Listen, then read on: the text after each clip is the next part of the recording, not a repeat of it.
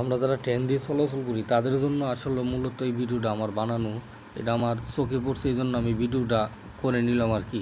ট্রেনে তেমন যাত্রী ছিল না, এই জন্য এই জায়গাটা ফাঁকা পেলাম। যখন প্রচুর পরিমাণের যাত্রী এবং কিংবা ভিড় থাকে তখন কিন্তু এই ফাঁকা জায়গাটায় অনেক লোক থাকে দাঁড়ানো। আমি এই জন্য ভিডিওটা তৈরি করলাম আর কি, যে আমরা যখন ট্রেন দিয়ে চলাচল করব যে কোনো এক পাশে দাঁড়াবো একটু স্পেস রেখে। এই যে আমার পাড়া দেখা যাচ্ছে না, মোটামুটি এই একটু দূরত্ব রেখে আমরা দাঁড়াবো, কারণ এটা কিন্তু একটা বিপজ্জনক এরিয়া। যখন একটা বগির সাথে আর একটা বগির সংযোগ কেন্দ্র কিন্তু এটা।